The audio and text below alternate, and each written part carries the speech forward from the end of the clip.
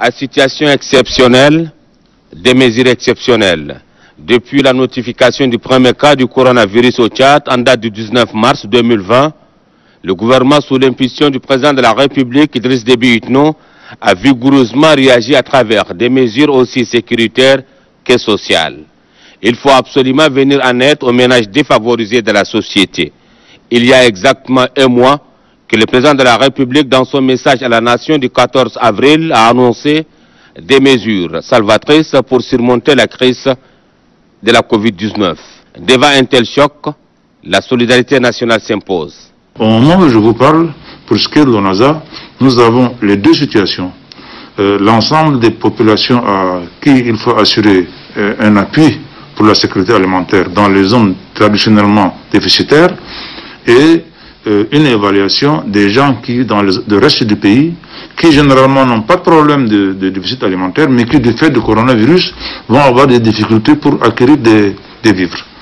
Donc les deux mis bout à bout nous ont permis de conclure qu'il y a un nombre donné de population autour de 2 200 000 personnes pour lesquelles il va falloir assurer une assistance alimentaire. Un mois après l'annonce du chef de l'État, l'ONASA concrétise les mesures d'accompagnement.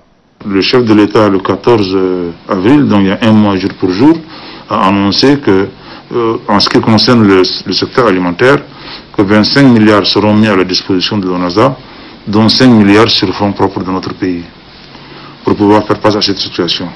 Les 5 milliards ont été effectivement mis à disposition et des commandes ont été lancées à l'extérieur pour pouvoir acquérir des vivres à ce sujet. Le coronavirus pourrait provoquer l'effondrement du système alimentaire dans bon nombre de pays. En ce qui concerne le Tchad, le pays est sérieusement préparé pour faire face à la situation. Dans cette situation, la réaction ne doit pas être la réaction attendue, mais le réflexe c'était de faire le maximum de provisions qu'on peut à l'extérieur et réserver notre production à l'intérieur pour voir la suite qu'est-ce que cela va donner. Le grand pari pour nous, c'est d'être sûr que nous allons toucher la population cible. Que ce n'est pas des gens qui ne sont pas dans le besoin qui vont se mettre au travers et qui vont pouvoir disposer de ces vivres-là.